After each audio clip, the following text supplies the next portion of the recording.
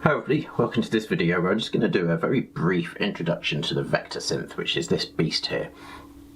Now, I'm not going to go into much depth because it's quite an imposing beast with an awful lot going on, but I just thought I'd just give you a kind of a look at the workflow and show you just the basics. So I've got a default patch set up here.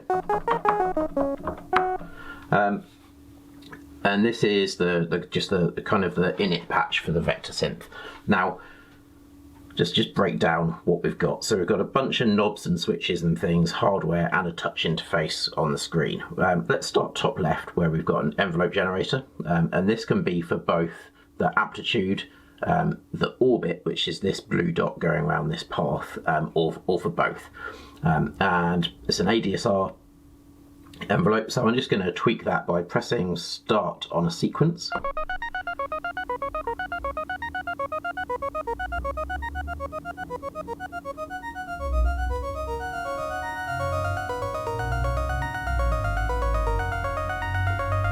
So that's a really lovely glassy bell-like sound, which is generated. We have two different tone generators, and we can blend between them, and then we have a filter cutoff and a filter resonance. So I'll just play with those settings for a second so you can hear how they sound.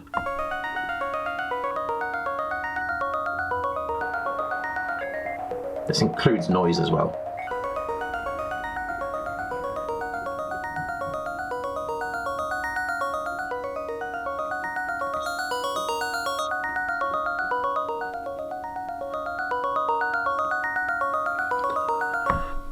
So as you can see here, we have 4 sliders for each channel. So each tone basically has 4 different channels to it, or 4 different overtones. As you can see it here, it says overtone generator 1 and 2, and there are 4 kind of subtones, or suborbits as they're called in the Vector Synth.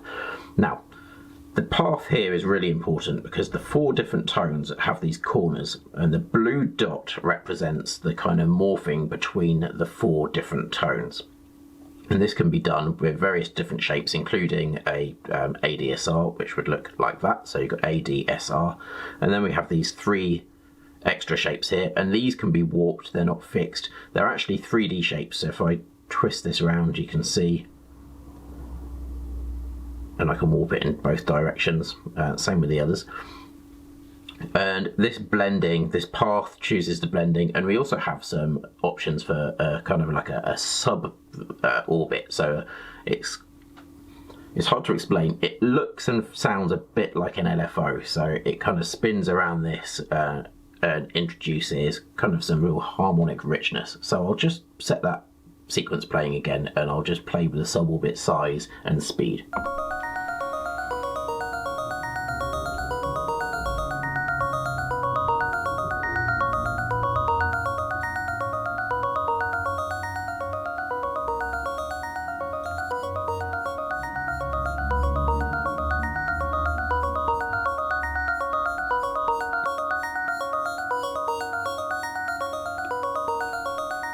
Okay, so I'll show you how to play around with those in a second, but first I'll just introduce the kind of top right section, which is, it's called the mixer. So this is where you introduce reverb, chorus and delay, as well as the master volume. So I'll introduce some reverb and then some chorus, and then I'll make it back to a kind of a plucky sound, and we'll add some delay in as well.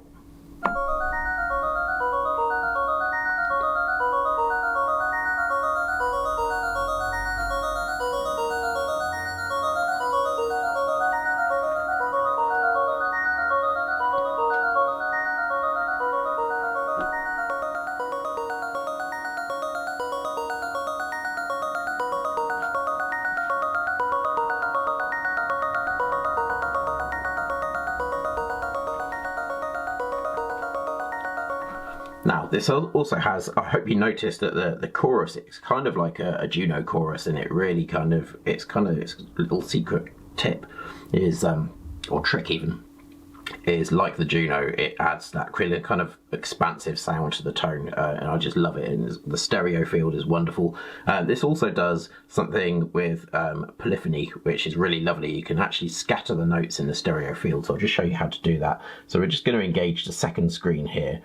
So we'll ignore all this section, which is for the arpeggiator, and just in kind of colour and depth controls for the various effects.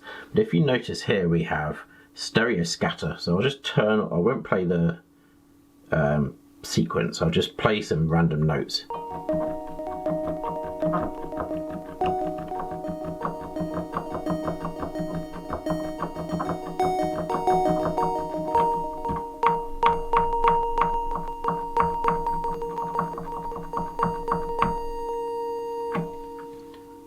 I love that. I think that sounds wonderful.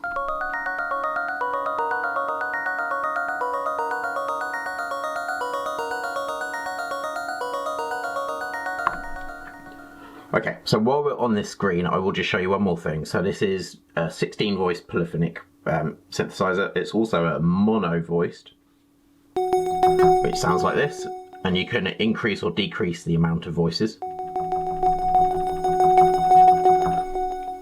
And you have controls for glide and detune, all that kind of stuff, which is all very cool. You can also sync externally here, or there's an internal clock too, and this has MIDI in and out through TRS adapters which come with it.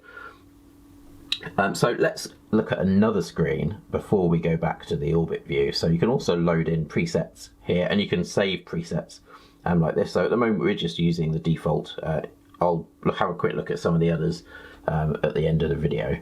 So let's go back to the orbit view and show you how you can change these 4 different corners. So over here in the sync panel we have a focus button, and if I click that you can see that it highlights the different corners. So let's just look at corner 1, and I'll choose overtones for it.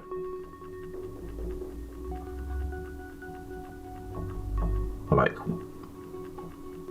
1 and 2, and I'll have that 50-50, so I have this overtone blend, and it's just a mix of the two. And then I can change the filter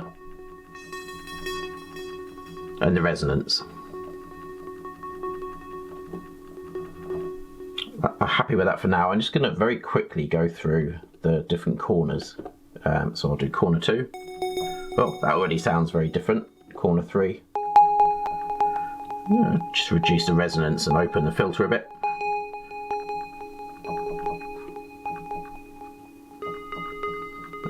Change the generator, and then on the 4th one I'll introduce some noise. So let's just focus on the 4th one.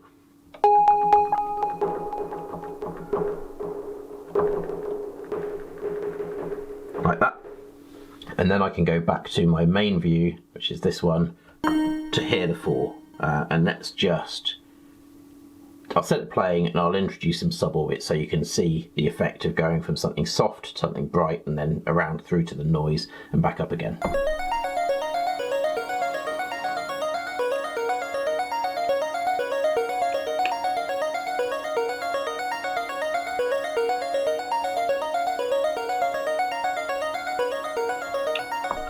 Something else that I'm just going to mention is it's kind of increasingly common on devices these days is to have like a magic randomizer button. Like the Vector Synth's Black Sequencer has it, and now this one has it, which is the dice roll. So I can basically press this and it takes all of these settings along the bottom here and just randomizes them. So I'll do it a few times.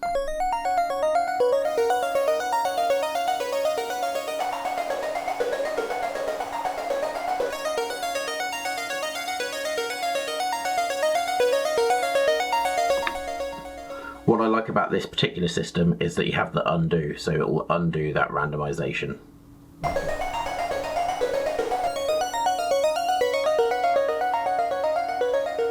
Really nice feature.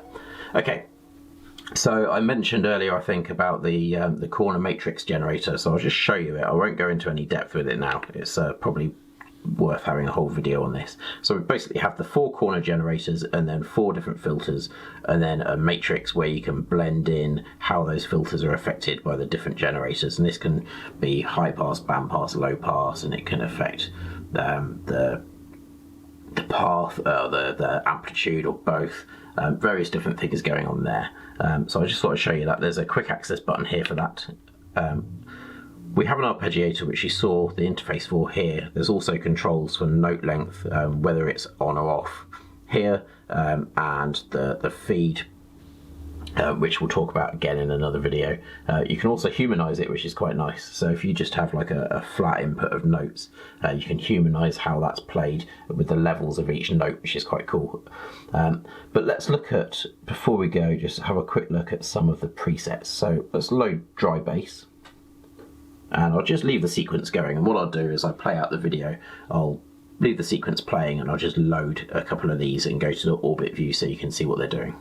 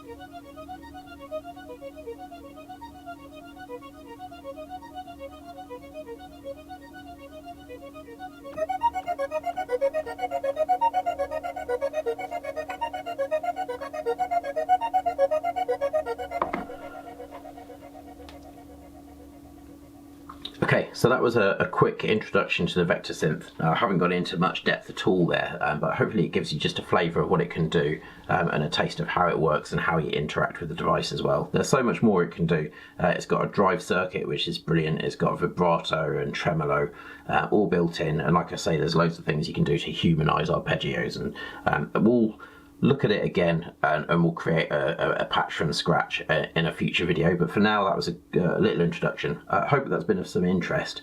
Do leave a comment, like and subscribe. I've got more Eurorack stuff coming soon. I'm going to have my beads video probably online tomorrow.